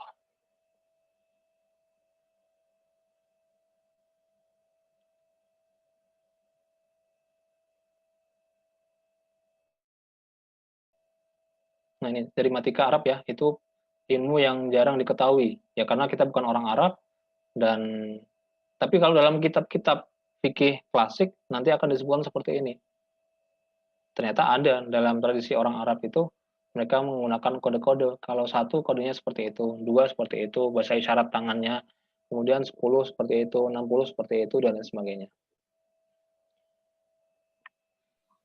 Ustadz mau nanya, ini Ya. wajib tangannya kayak gitu kan, bukan yang kayak sunnah harus kayak sunnahnya kayak gitu kan ya Ustadz? Konfirmasi aja. Baik, itu hukumnya sunnah mengangkat tangan karena yang jadi rukun itu apa? Duduknya. Yang pertama. Yang jadi rukun yang kedua adalah bacaannya. Sedangkan gerakan tangan itu bukanlah rukun, tapi dia adalah sunnah. Maka nggak harus seperti itu. Tapi kalau pengen mendapatkan kesunahan sebagaimana yang dijelaskan oleh para ulama, ya lakukan sebagaimana yang dijelaskan oleh ulama itu. Jadi gerakan tangannya dari jemari itu hukumnya sunnah, dia bukan rukun. Oh gitu, oke Ustadz. Oh terus ini Ustadz kan biasanya kita diajarinnya yang kalau tangan kanan kan selonjor dulu, terus pas asyhadu alla ilaha illallah itu tuh baru nunjuk. Nah kalau itu tuh referensinya kemana ya? Soalnya dari dulu, dari kecil diajarinnya gitu. Selonjor dulu. Yang tangan kanan, yang telapak tangan kanan kan kalau dulu diajarinnya kan selonjor dulu. Nanti kalau misal udah nyampe asyhadu alla ilaha illallah itu kan baru nunjuk. Nah kalau itu yang diajarkan oleh ustadz-ustadz dulu, itu tuh referensinya kemana ya Ustadz biar? Nah itu dia, betul. Referensi. Saya juga banyak. Apa yang diajarkan guru, dulu saya memang nggak tahu referensinya mana. Tapi setelah ya semakin memperdalam gitu baru tahu, oh ini referensinya. Nah, maksudnya bagaimana? Maksudnya apa yang diajarkan guru, kalau kemudian oleh guru yang lain menyatakan mengajarkan dengan cara yang berbeda, bukan berarti guru pertama itu salah. Karena mungkin ada referensinya, cuma kita nggak tahu. Di guru yang kedua, dia mengajarkan berbeda dengan guru pertama, tapi menggunakan referensi. Nah, kalau dalam hal ini kan karena saya ada referensinya begitu, maka ini bisa dijadikan salah satu caranya begitu. Dan untuk tadi pertanyaannya, dari mana referensinya yang selonjor dari awal itu, saya juga belum terlalu mengetahui dari mana referensinya. Tapi kalau saya dari awal, saya malah dulu awalnya dari awal sedekap semua begini. Tapi kemudian nanti ketika illallah baru telunjuknya yang eee, menunjuk begitu. Tapi ketika sudah masuk dalam kitab dan ternyata ditahqiq oleh Imam Nawawi, dijelaskan oleh Imam Nawawi seperti itu caranya, ya mulai saat itu ketika sudah mulai ngaji saya kemudian menggunakan apa yang disampaikan oleh ulama Imam Nawawi ini. Tapi kemudian tidak saya juga tidak menilai apa yang saya pelajari dulu, yang tidak tahu referensinya dari mana, kemudian dianggap salah, enggak. Karena yang namanya guru ngajar itu pasti dia menggunakan referensi dengan kitab apa, tapi saya nggak tahu kitabnya apa. Begitu wallahu a'lam. Ustadz satu lagi, ini pertanyaan aja sih Ustadz, kan kadang ada temen yang sholat telunjuknya tuh muter-muter kayak bulet-bulet gitulah muter-muter. Itu tuh gimana ya Ustadz? Saya nggak tahu. Ya. Orang kalau kita sholat begitu, samping kita sholatnya telunjuknya dia muter-muter begini. Ini bagi kita yang di sampingnya kadang terganggu gitu ya. Itu ngapain sholat telunjuknya muter-muter? Lagi sholat malah main-main. Nah ini malah mengganggu kehusuan kita yang ada di sampingnya. Tapi itu salah kita juga. Kalau kita sholat ngapain lihat telunjuk orang lain? Yang dilihat adalah ya, telunjuk kita sendiri kan gitu. Ketika sholat sunnahnya itu, nah itu tadi belum saya sampaikan sunnahnya itu ketika dari mulai menunjuk maka mata kita itu melihat ke arah telunjuk kita. Ya tapi namanya mata kadang iseng gitu. Matanya melihat ke arah samping dan ketika melihat ternyata dia gerakannya muter-muter. Nah, dalam hati pikiran itu ngapain sholat seperti itu begitu. Itu salah kita juga. Tapi apakah kemudian yang gerakannya muter-muter seperti ini ada landasannya? Wallahu alam saya nggak tahu ada landasannya atau tidak. Tapi kalau misalkan naik turun itu ada memang dalam 4 mazhabnya ada. Jadi ketika menyebut nama Allah nanti naik. Ketika nggak ada nama Allahnya turun lagi begitu. Ada yang pokoknya naik turun tapi dengan tempo yang nyantai begitu. Tidak yang tok tok tok tok tok tok tok tok tok itu nggak ada juga. Tahiyat mubarakatuh sholawat ini terlalu cepat ini. Nanti dia selesai tahiyat jadi telunjuknya bisa copot seperti itu kalau dia cepat-cepat. Nah, ada tapi kalau yang naik turun tapi dengan pelan-pelan itu ada. Ada ulama yang mengajarkan seperti itu. Kemudian yang hanya ketika menyebut nama Allah juga ada begitu. Ada yang bahkan dari awal sudah seperti ini juga ada. Wallahu a'lam bishawab. Terima kasih Ustadz Ustadz. mau tanya. Ya, tafadholi.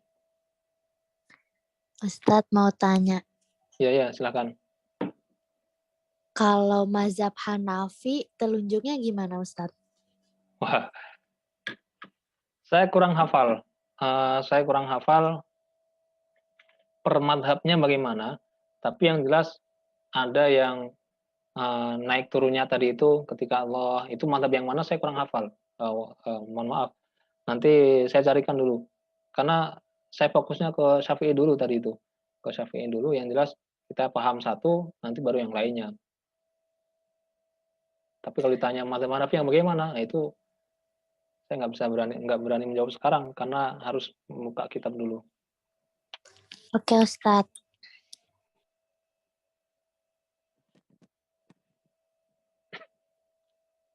Baik, kita lanjut atau tanya jawab lagi?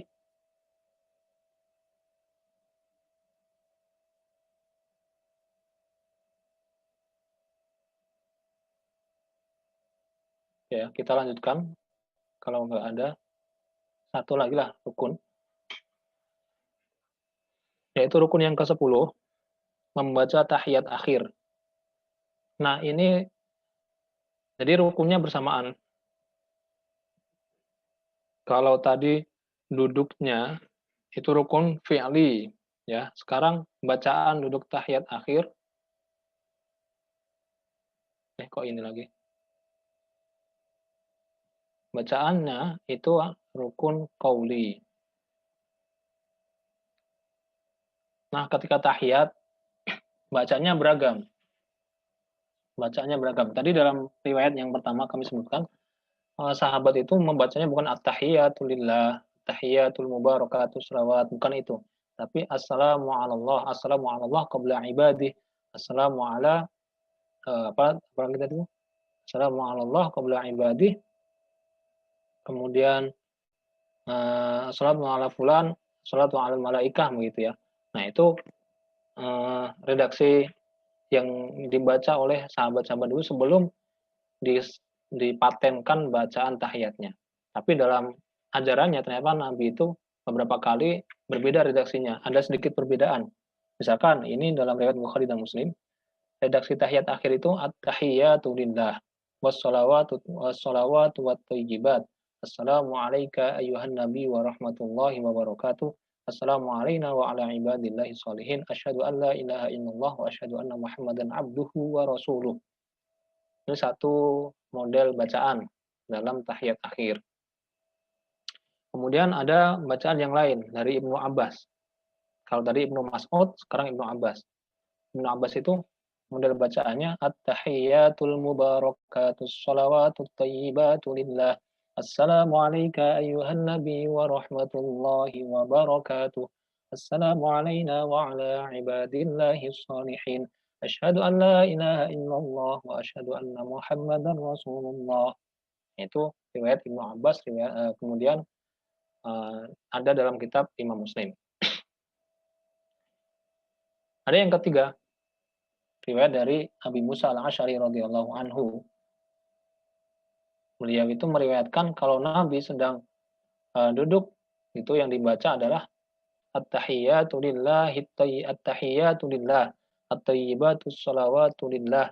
Assalamu alayka ayyuhan nabi wa rahmatullahi wa barakatuh. Assalamu alayna wa ala ibadillahi sholihin.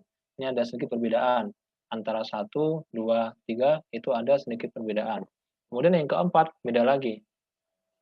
Dari Abdurrahman bin Abdul Qari, dia mendengar ketika Umar bin Khattab di atas mimbar, kemudian Umar bin Khattab ini mengajari kepada jamaah yang hadir pada saat itu. Kalau kalian tasyahud, maka bacalah tasyahudnya seperti ini. At-tahiyyatu lillah, az-zakiyatu lillah, as-shalawatut thayyibatu lillah. Ini ajaran dari Umar bin Khattab ya, yang diriwayatkan dari Abdurrahman bin Abdul Qari. At-tahiyyatu lillah, az-zakiyatu lillah, as-shalawatut thayyibatu lillah. Assalamu alayka ayyuhan nabi wa rahmatullahi wa barakatuh. Assalamu alayna wa ala ibadillahi sholihin. Asyhadu an la ilaha illallah wa asyhadu anna Muhammadan abduhu wa rasuluh. Dan ini ada dalam kitab Al-Muwatta'nya Imam Malik. Yang keempat. Dan yang kelima, dalam kitab Imam Muwatta' lagi, kitab Al-Muwatta' Imam Malik juga disebutkan model bacaannya sedikit berbeda lagi. At-tahiyyatut thayyibatus shalawatuz zakiyatu lillah. Asyhadu an la ilaha illallah wa anna Muhammadan abduhu wa rasuluh. Assalamu alayka ayyuhan nabi wa rahmatullahi wa barakatuh. Assalamu alayna wa ala ibadillahi sholihin. Nah, dari kelima riwayat yang ada ini, saya yakin rata-rata di antara kita yang dipakai adalah Ibnu Abbas. Riwayat yang kedua. Yang kedua itu ya. At-tahiyyatul mubarakatus shalawatut thayyibatu lillah. Assalamu alayka ayyuhan nabi wa rahmatullahi wa barakatuh. Assalamu alayna wa ala ibadillahi sholihin. Asyhadu an la ilaha illallah wa asyhadu anna Muhammadan Rasulullah. Nah, itu banyak yang dipakai oleh kita. Dan ternyata kalau kita teliti dalam kitab Al-Majmu'nya Imam Nawawi disebutkan fahadhil ahaditsul waridah, dan di antara hadis-hadis yang ada fi tasyahud, dalam bacaan tasyahud, wa kulluha sahihah, semuanya sahih. Qala Syafi'i wal ashab. Imam Syafi'i dan sahabat-sahabatnya, para imam yang lainnya mengatakan wa bi ayyiha tashahhada ajza'ahu. Mau pakai yang pertama, mau pakai yang kedua, 3, 4, 5, silahkan. Itu diperbolehkan. Lakin tasyahhuda Ibni Abbas afdol. Tapi tasyahudnya dari riwayat Ibnu Abbas itu afdol, lebih baik. Di antara tasyahud yang lainnya. Di antara tasyahudnya Ibnu Mas'ud, riwayat Ibnu Mas'ud atau Abi Musa al-Asy'ari atau Abdurrahman bin Abdul Qari ataupun yang terakhir yang tadi itu, yang terakhir, maka yang paling afdol itu adalah ya riwayat Ibnu Abbas yang sudah kita kenal itu at-tahiyyatul mubarakatus shalawatut thayyibatu lillah. Assalamualaikum ayuhan nabiyyu rahmatullahi wabarakatuh sampai seterusnya. Qala ashabuna ulama Syafi'i berfatwa inna ma rajaha Syafi'i tashahhada Ibnu Abbas ala tasyahhud Ibnu Mas'ud li ziyadati lafzul mubarakat. Kenapa lebih dipakai riwayatnya Ibnu Abbas daripada Ibnu Mas'ud? Karena kalau kita lihat di riwayatnya Ibnu Abbas itu ada tambahan al-mubarakat. Maka kemudian karena ada tambahan al-mubarakatnya, itulah yang dipakai. Itu kata ulama Syafi'iyah seperti itu. Maka ya sudah, kita di Indonesia karena kebanyakan yang dihafal itu silakan. Tapi kalau ada dari awal mengucapkan at-tahiyatu lillah, riwayat Ibnu Mas'ud, at-tahiyatu lillah wassalawatu wattayyibat, assalamualaikum dan seterusnya, ya silakan dihafalkan. Syukur-syukur 5 riwayat ini bisa kita hafalkan begitu. Jadi nanti sholat subuh pakai riwayat Ibnu Mas'ud, sholat zuhur pakai riwayat Ibnu Abbas, sholat asar pakai Abi Musa al-Asy'ari. Nah, begitu, wow, keren banget dia sholatnya. Malaikat akan tersenyum mencatat dengan bacaan-bacaan kita begitu. Ternyata dia sholat bukan. Ternyata dia nggak bercuma dia ngaji begitu. Nggak bercuma dia pernah mempelajari fikih sholat lebih detailnya begitu. Karena semuanya juga dihafalkan. Tapi saya sendiri kalau untuk menghafalkan 5-nya mungkin tidak bisa plek, tidak bisa langsung betul semua begitu, nggak bisa. Tapi kalau misalkan praktekkan satu-satu bisa lah insya Allah. Karena redaksinya hanya berbeda sedikit-sedikit saja. Ya baik, ini terkait dengan rukun-rukun yang kita pelajari di hari ini. Kalau saya lanjutkan di rukun yang selanjutnya, kayaknya nggak akan sampai, yaitu membaca sholawat. Karena ini pembahasan agak panjang, maka kita cukupkan dulu. Kita masuk, saya serahkan ke hostnya ya. Saya serahkan ke hostnya untuk kita masuk ke diskusinya atau konfirmasi, silahkan. Ya, teman-teman sekalian, terima kasih kepada Ustadz yang telah menyampaikan materi pada hari ini. Silakan teman-teman jika ada yang mau ditanyakan ataupun dikonfirmasi mengenai materi dari hari ini.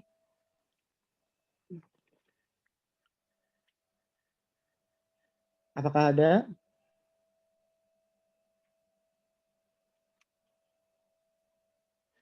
Jam berapa sekarang? 17.37. Silakan. Nanya Ustadz, mungkin tadi kelewat. Kan tadi pas tahiyat, pas telunjuknya ngangkat, itu saat asyhadu alla ilaha illallahnya. Nah, turunnya itu kapan Ustadz? Turunnya selesai. Pas selesai. Baca innaka hamidum majid. Oh, sampai akhir bacaan berarti. Oh, iya. Nah, salam dia udah, kalau udah salam ya sudah berarti udah turun. Baik Ustadz, terima kasih Ustadz. Oke, siap. Lanjutnya, silakan. Ada yang mau bertanya?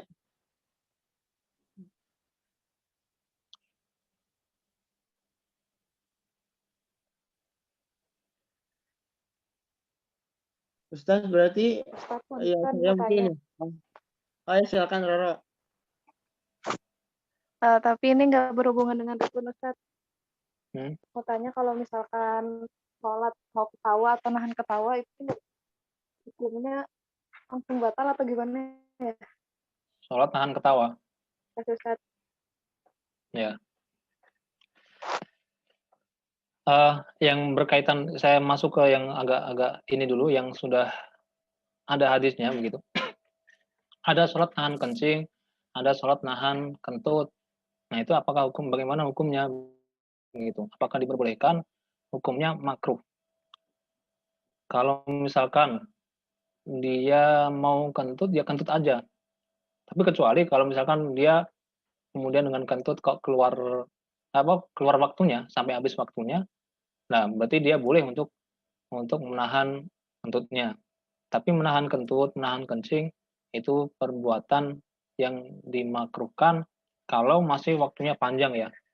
Kan nanti dia harus misalkan kentut aja udah, nanti wudhu lagi. Nah kan untuk wudhu, untuk mengulang sholat itu butuh waktu lagi. Nah untuk mengulang sholat ini, kalau dia sampai keluar waktu, maka mendingan dia menahan daripada harus membatalkan. Sama, menahan kencing, itu juga perbuatan yang makruh. Maka dia kalau misalkan keluar kencing dan mau sholat, ya kencing dulu aja supaya tidak menghilangkan kekhusyuan. Sama, kalau mau ketawa aja udah, nggak usah sholatnya nanti dulu, selesaiin ketawanya, baru nanti kalau udah nggak bisa ketawa lagi, udah capek ketawanya, baru dia sholat supaya sholatnya bisa khusyuk. Termasuk mau makan, lapar nih, tapi dia juga mau sholat jam 1 siang, zuhur misalkan, jam 1 dia lapar, belum sholat. Mana yang didahulukan? Makan dulu, baru nanti sholat. Cuman makannya jangan banyak-banyak. Makannya cukup hanya untuk menghilangkan rasa laparnya, bukan untuk memperkenyang perut. Misalkan hanya untuk menghilangkan rasa lapar itu hanya butuh dengan 2 sendok, ya udah 2 sendok. Baru setelah itu dia sholat. Tapi kebanyakan kita salah dalam memahami itu. Maksudnya makan dulu, la sholata illa bihadratit ta'am gitu ya. Itu kan hadisnya. Jangan tidak ada sholat kalau ada makanan. Kemudian orang memahaminya, kalau ada makanan dan waktu sholat udah tiba, kata Nabi kan suruh makan dulu, jangan sholat dulu. Terus dia makan, tapi makannya kebanyakan. Setelah makan kebanyakan, dia ngantuk. Nah, ngantuk ya udah tidur. Bangun-bangun, keluar waktu, lah itu berbahaya. Karena maksudnya hadis itu bukan makan sampai sekenyang-kenyangan, enggak, tapi sampai hilang laparnya, baru dia sholat, nanti setelah sholat dia lanjutkan itu makannya. Nah seperti itu memang pemahamannya. Sama ini, ketawa juga gitu. Bisa dipahami ya? Allahu a'lam bishawab. Ya, makasih Ustaz.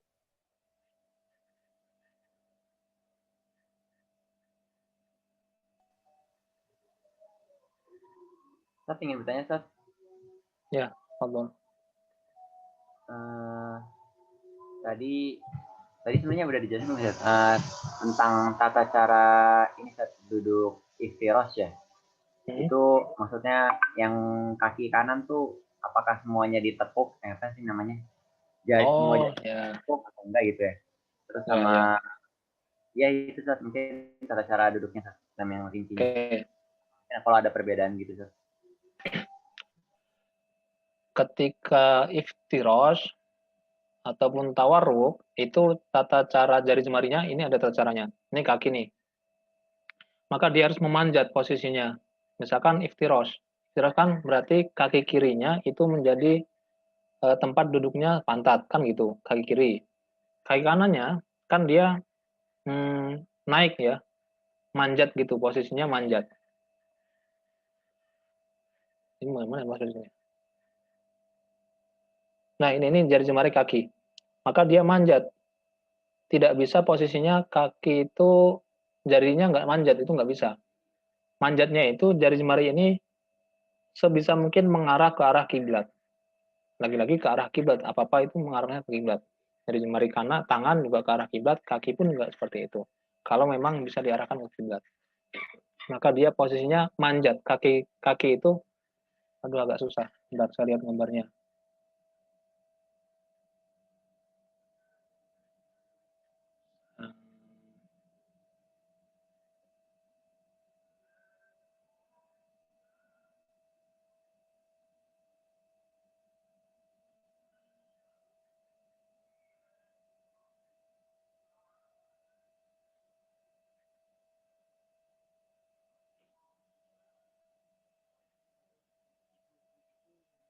Mana tadi? Nah, itu manjat. Kita lihat ya. Ini dulu. Kaki kiri itu menjadi tempat duduknya pantat. Kaki kanan, jari jemarinya itu dia nekuk. Jari jemarinya nekuk, kemudian kalau bisa mengarah ke arah kiblat. Iftirash. Kemudian kalau tawarruk sama. Nih, kita lihat ya, gambarnya itu jari jemarinya nekuk dan mengarah ke arah kiblat. Dari jemari kaki kanan. Kalau kaki kiri nggak bisa diarah ke kiblat. Karena dia mengarah ke utara kalau di kita ya. Kalau di kita utara. Maka ya nggak bisa ke arah sana. Nah gitu tata caranya. Jadi nggak bisa itu. Nah yang biasanya kita itu nggak menekuk. Jari jemarinya itu nggak menekuk ke arah kiblat. Tapi malah menekuknya ke arah timur. Bisa dibayangkan nggak tuh? Jari jemari itu menekuknya ke arah timur. Bukan ke arah kiblat, ke arah barat. Enggak. Padahal ajaran yang disunahkan oleh ulama itu ya gitu. Kalau bisa diadakan ke arah kiblat, hadapkanlah ke arah kiblat, termasuk jari jemari kaki ketika sedang tahiyat, sedang iftirash, sedang tawarruk, itu semuanya diarahkan ke kiblat. Nah ini, gitu itu posisinya jari jemari. Tapi kalau memang nggak bisa, ya nggak dipaksakan, karena posisi iftirash, posisi tawarruk itu lagi-lagi hukumnya adalah sunnah. Yang penting dia duduk. Mau iftirash mau iftirash atau tawarruk itu perkara yang lain. Itu perkara yang sunnah hukumnya. Yang menjadi rukun adalah duduknya. Begitu.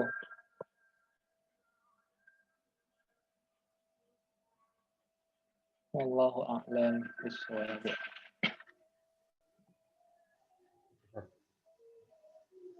Kalau ini kan mungkin terkadang suka ngelihat juga kedua kaki pas lagi duduk istirahat tuh kedua kakinya tuh yang nahan pantat, jadi bukan yang kaki kiri doang. Ya. Itu termasuk dari ya, iftirash. Jadi iftirash itu ada yang gerakannya seperti yang digambar tadi itu yang pertama. Yang kedua, caranya kedua kaki sama-sama manjat. Kemudian pantat itu duduknya ya di kedua kaki itu. Kan yang pertama pantat duduknya di kaki kiri, kan gitu. Yang kedua pantat duduknya di kedua kaki. Tapi kedua kakinya ini dalam posisi memanjat. Nah, memanjat gini. Nanti di sini ini itu dudukan pantat. Itu ada riwayatnya dari Nabi Muhammad SAW seperti itu juga. Cuman saya tidak menampilkan gambarnya. Karena dalam mazhab Syafi'i seperti itu tidak dipakai. Bentar, saya carikan gambar yang barangkali ada.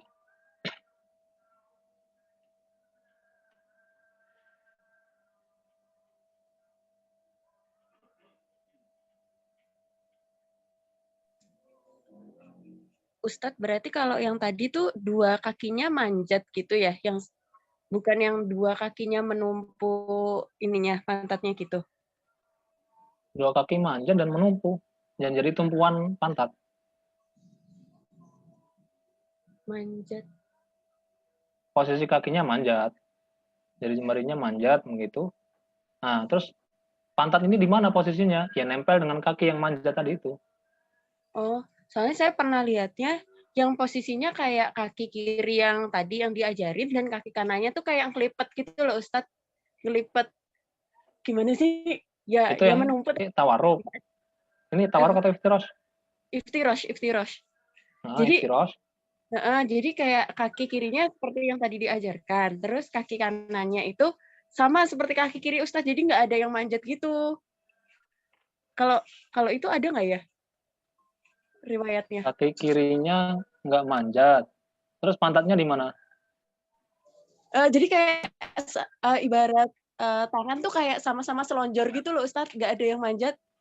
Kayak dua telapak kaki itu tuh numpuk gitu Ustadz. Numpuk. Terus baru ini ya pantatnya. Bingung juga ya jelasinnya. Ya gitu Ustadz. Gimana ya Gusti? Gitu. Ya, ya Saya masih udahlah. kurang paham itu gimana Ini cara aja duduknya Ustadz saya mau gimana? nanya. Kalau misal, ya, ya udah Ustadz. Gimana? Paling saya mau nanya ini Ustadz. Kalau misal kita dari rakaat 1 ke rakaat 2, kan udah selesai sujud yang kedua tuh Ustadz. Kadang kan ada yang duduk dulu tuh. Nah itu kalau pas saat duduk dulu itu duduknya pakai duduk yang mana ya? Iftirosh. Ulang-ulang. Atau seperti apa? Sebelum berdiri Ustadz, setelah sujud kedua. Sujud kedua, rakaat kedua. Ini mana naik? Ini kalau misal kita rakaat pertama. Rakaat pertama setelah sujud kedua kan kita mau berdiri ke rakaat kedua. Kadang kan itu ada duduk sebentar tuh. Ya. Nah itu teh Oke. pakai yang duduk mana atau yang mana? Ya, itu pakai duduk iftirosh. Pakai duduk iftirosh. Karena apa? Nah ini nih. Bentar. Karena kaidahnya pokoknya yang dinamakan tawarruk itu hanya dilakukan ketika sholatnya dia sudah berada di rakaat terakhir. Maka selain di rakaat terakhir, mau bagaimanapun posisi duduknya, ataupun dalam keadaan duduk tasyahud, atau duduk di antara dua sujud, atau duduk istirahah, ya kemarin kita bahas duduk istirahah, itu menggunakan cara iftirosh. Menggunakan cara duduk iftirosh. Tidak menggunakan tawarruk. Karena tawarruk hanya berlaku untuk duduk di rakaat yang paling akhir. Baik Ustadz, terima kasih Ustadz. Ya. Nah ini yang tadi ditanyakan ini saya share, mumpung ketemu. Nih, gambar ini. Ini kedua kaki manjat. Kan? Manjat. Kemudian jari jemarinya mengarah ke kiblat. Nah, pantatnya itu nempel duduknya di atas jari kedua kakinya. Ini namanya juga iftirosh. Bukan tawarruk. Bisa dipahami nggak?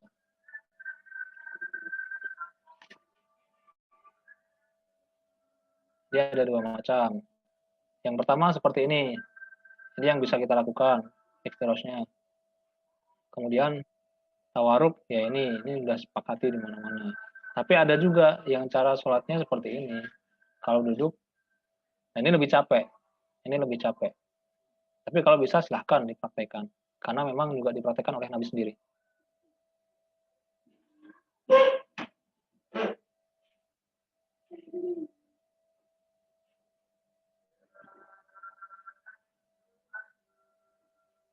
Nah, kalau posisi seperti ini makruh hukumnya. Karena tidak diajarkan, ajarannya bukan seperti ini, tapi tidak membatalkan sholat. Jari jemari keduanya, ini jarinya tidak manjat. Kemudian pantatnya tidak duduk di atas kakinya, tapi duduknya langsung ke tanah, ke lantai. Hukumnya adalah makruh. Hukumnya makruh. Ini barangkali yang ditanyakan tadi ya. Sama-sama manjat, tapi pantatnya duduknya langsung di sini. Ini hukumnya makruh.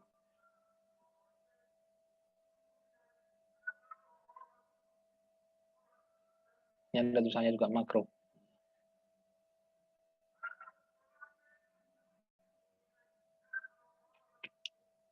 Ya, baik. Ada lagi barangkali?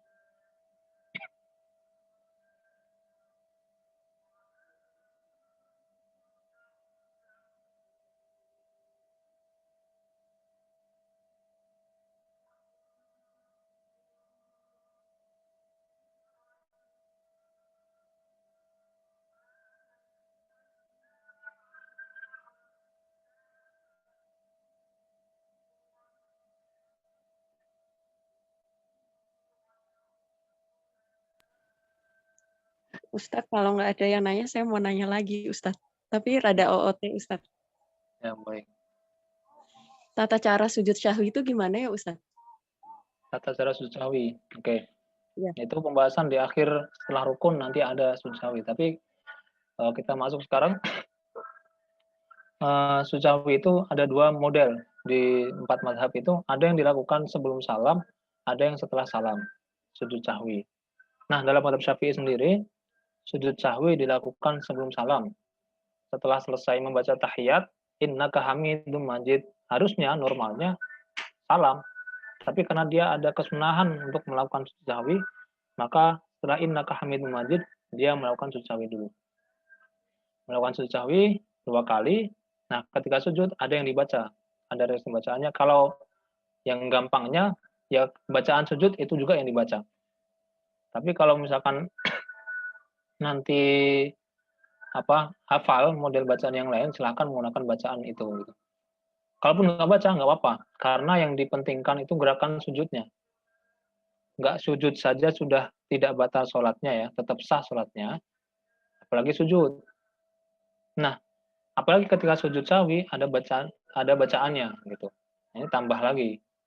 Tapi gitu, sujud 2 kali. Sebelum salam, innaka hamidum majid. Langsung dia sujud. Terus kemudian duduk lagi, sujud lagi, duduk lagi, baru assalamualaikum warahmatullahi. Assalamualaikum warahmatullahi. Sujud sahwi. Kalau yang di luar sholat gimana Ustadz? Misal sadarnya pas baru salam gitu kan katanya masih bisa ya Ustadz? Asalkan belum ngapa. Nah, kalau yang seperti itu caranya gimana? Ya sama. Kalau ingatnya setelah salam dan belum dalam waktu yang lama, ya sudah dilaksanakannya setelah salam. Setelah salam, sujud sahwi 2 kali. Jadi assalamualaikum warahmatullahi, assalamualaikum warahmatullahi. Kemudian dia masih di situ dan tiba-tiba ingat dia belum sujud sahwi. Nah, maka dia langsung sujud sahwi saja.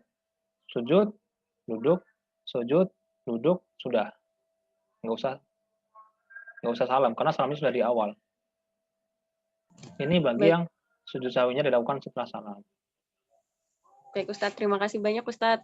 Ya, sama-sama. Ya, ada lagi teman-teman? Kalau sudah tidak ada, mungkin kita bisa tutup kali ya, Ustaz. Ya, boleh. Ya, ditambah juga ini sudah mau maghrib ya. Oke, teman-teman semua, alhamdulillah kita sudah menyelesaikan kelas kita pada sore hari ini. Semoga apa-apa yang sudah disampaikan oleh Ustadz Syafri bermanfaat oleh kita, dapat diterapkan oleh kita. Dan semoga kita semua mendapatkan keberkahan dari Allah Subhanahu wa Ta'ala atas apa-apa yang sudah kita pelajari pada sore hari ini. Mari kita tutup pertemuan kita kali ini dengan hamdalah. Alhamdulillahirabbil alamin. Dan istighfar sebanyak-banyaknya. Astagfirullahaladzim. Dan doa penutup majelis. Subhanakallahumma wa bihamdika. Asyhadu an la ilaha illa anta astaghfiruka wa atubu ilaik. Ya, kurang lebih mohon maaf. Saya tutup. Wassalamualaikum warahmatullahi wabarakatuh. Waalaikumsalam warahmatullahi wabarakatuh. Makasih Ustaz. Jazakallahu khairan. Waalaikumsalam sama-sama.